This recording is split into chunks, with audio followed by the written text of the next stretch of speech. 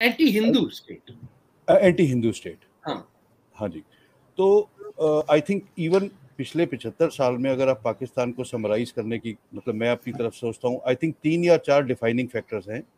एक hate for Hindus, दूसरा है fear of subjugation by India, तीसरा है हार्डलाइनर रेडिकलाइज्ड इस्लाम, और फोर्थ है फॉरेन एड। इसके अलावा I fail to see anything in which Pakistan can be defined as a country. उसके अलावा मैंने, मतलब मेरा ये है कि इन चीज़ों में, और टाइम टू टाइम उन्होंने इन्हीं चीज़ों के एग्जांपल्स देते आए हैं। एक चीज भूल गए सर आप। हाँ जी सर। वो अपने लोगों को मारने के अंदर, no country has killed more of its own citizens than the Pakistan army. That's true. Pre-71 Bangladesh में, और इवन बलूचिस्तान में, एंड इट इज शॉकिंग। जब यूएस 2001 में आए थे, आप यूं लगा लीजिए शाम को 7 बजे वो तालिबान के साथ बैठे रोटी खा रहे थे, वो जनरल मुशर्रफ ने पैसे लिए और अगले दिन सुबह उन्हीं पर बॉम्बिंग शुरू हो गई ट्राइबल एरियाज में। It is unimaginable for sovereign country, एक देश के प्रेसिडेंट प्राइम मिनिस्टर को, कि आप डॉलर्स के लिए अपने लोगों पर ही स्ट्राइक्स और बॉम्ब्स करवानी शुरू कर दीजिए, एंड देन दे से टीटीपी इंडिया ने शुरू कराया होगा।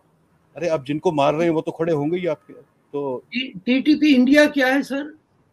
नहीं, दे ऑलवेज ब्लेम कि टीटीपी तहरीके तालिबान पाकिस्तान। ओह अच्छा। हाँ हाँ, तो दे ऑलवेज बड़ी वेरी हैप्पीली से कि ये टीटीपी इंडिया की साजिश है।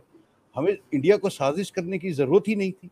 आपने 2000 sir if I am right 2010 तक इन्होंने, जो ब्रिटिश ने 1890 जब ड्यूरेंट लाइन बनी थी तो नॉर्थ वेस्ट फ्रंटियर प्रोविंस नाम रखा था जी। इधर ये था, उधर नेफा था, अपनी इनकी ईस्टर्न लिमिट, राइट जी।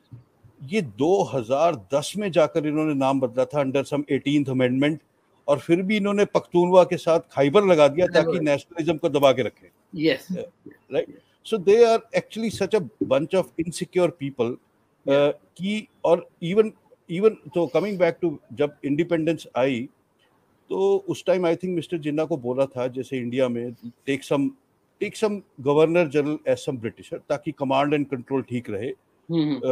एक तो उन्होंने सब, मतलब आई थिंक वो बहुत ही कम देशों में हुआ होगा कि एक टेम्परेरी कैपिटल बना दी गई हो और उसके बाद फिर सालों बाद शिफ्ट करके नया शहर बना हो इस्लामाबाद। वहाँ मतलब इट जस्ट शोज कि जो स्ट्रेटेजिक लेवल के डिसीजन कितने एमेच्योर और एडहॉक थे। और फिर उसके बाद आई थिंक 51 तक आर्मी, 53 तक नेवी और 57 तक एयरफोर्स के बॉसेस ब्रिटिश रहे थे। और इन्होंने इतना कंट्रोल दे दिया था आर्म्ड फोर्सेस को, जस्ट बिकॉज कि सेम आई सेड कि इंडिया हम पर अटैक कर देगा। अपनी पूरी शुरू से इनकी वो आइडियोलॉजी रही। लेकिन सर इन्होंने तो अक्टूबर 47 में इंडिया पे अटैक कर दिया था। हाँ बिल्कुल, और दे डिड रादर ऑपोजिट। कमाल की बात ये है। You need to be specialised in your madness to such a degree कि you act totally against the obsession that consumes you. यानी आपको बीमारी हो, बुखार हो, और आप जाके बाहर कहें बर्फ जरा कहाँ है, मैं उसमें डुबकी मार दूं, मतलब या पता नहीं आग लगा लें आपको। I don't know whether I am sounding logical, but और डिल्यूजन की हद सर, मैं मतलब इसको मानता हूँ कि जब 47-48 में अटैक कर रहे थे हम पर, तो जब आरबीआई डिवाइड हुआ था, पंजाब नेशनल बैंक इधर आ गया था, जी, जी, तो आई थिंक 75 करोड़ रुपए इंडिया ने देने थे इन द पार्टीशन। इन्होंने एकदम अटैक कर दिया। I mean, it is shocking to hear when I read that कि ये लड़ रहे थे कि वो मैं पैसे दो। Let me correct you if I may. My understanding is कि वो जो पैसा था वो मिलने के बाद अटैक हुआ, पूरा नहीं मिला था सर, पैसा रुका हुआ था। Yes yes. ये गांधी जी की उसमें प्रेशर पड़ा कि आप पैसा दें, उनको दें, and he had this fair कि ये गड़बड़ होगी कुछ।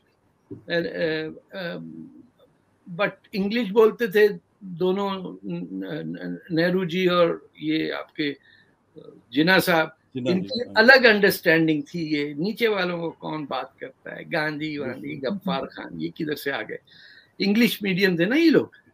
तो इनके पैसे छूटने के बाद ही अटैक हुआ, within I think a week, because Navy, मैं एक internal बात बताऊं, my grandfather was in the French army in the First World War.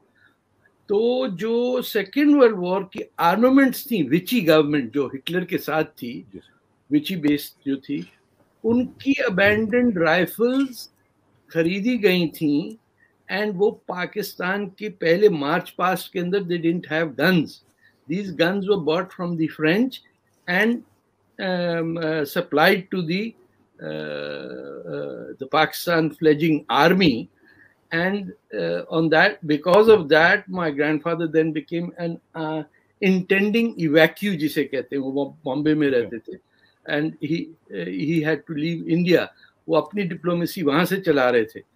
तो इन्होंने ये गन्स जो हैं लेने पे रिश्वत ली थी.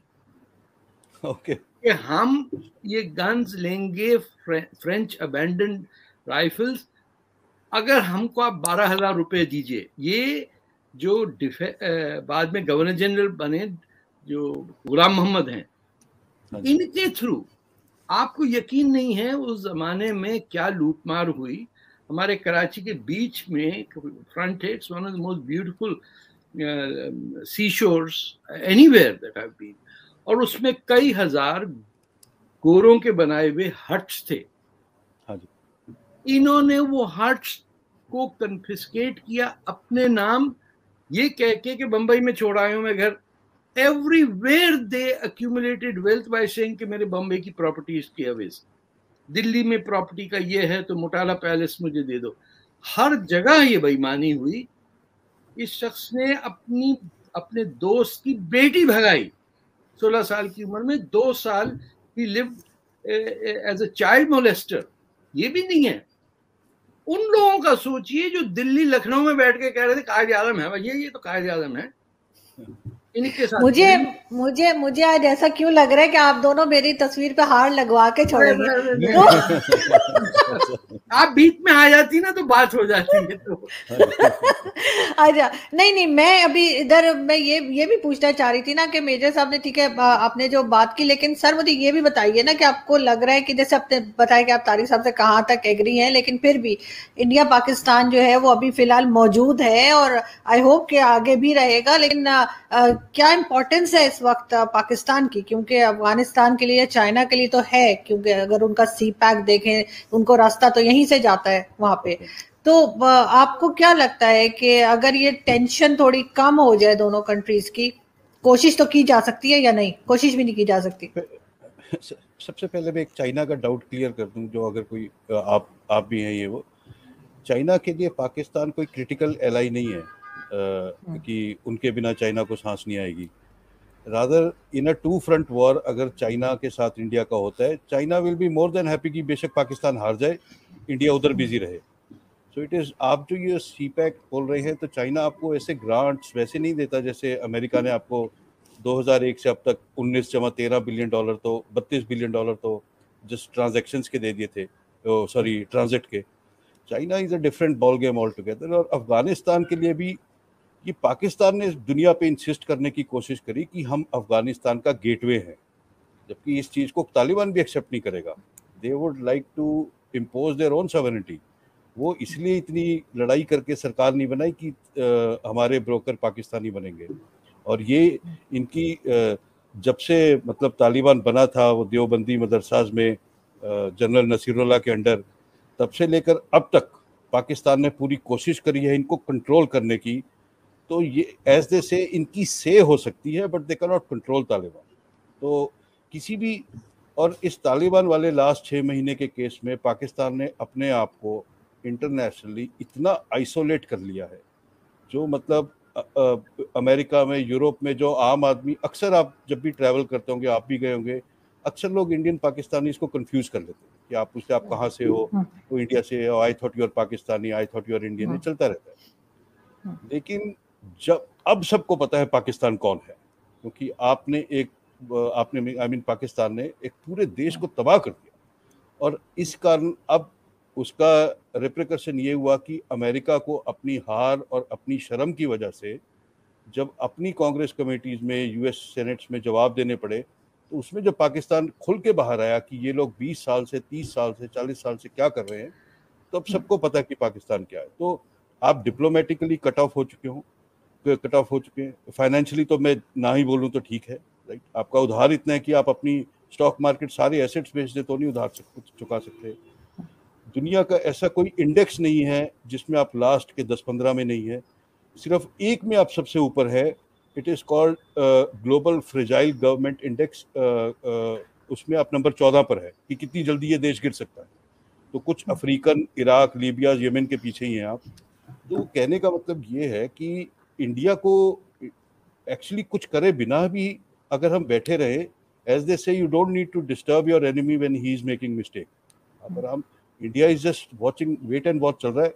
आप खुद ही इतने गलत डिसीजन लिए जा रहे हैं कि पाकिस्तान अपने आप ही इम्प्लोड हो जाएगा। इसको मतलब अब फर्स्ट सबसे पहले टीटीपी उठेगा, आपके नॉर्थ जाएगा, सिंध होगा, बलूच होगा, you will break down into a small Punjab state. और इसको कोई, it's very impossible to stop it now. और स्पेशली ये जो प्रेजेंट गवर्नमेंट है, इन्होंने बस वो आग में घी ही डाला है। जो प्रोसेस स्लो हो सकता था, इन्होंने उसको पुश ही दिया है। इट इज नॉट दैट इन्होंने हेल्प किया है कुछ। हाँ जी, नहीं बिल्कुल, ये आप ठीक कह रहे हैं, क्योंकि ये तो बहुत कहा जा रहा है कि जो इमरान खान की गवर्नमेंट आई है उसने और ज्यादा मुल्क का कबाड़ा ही किया और बेहतर कुछ नहीं हुआ। लेकिन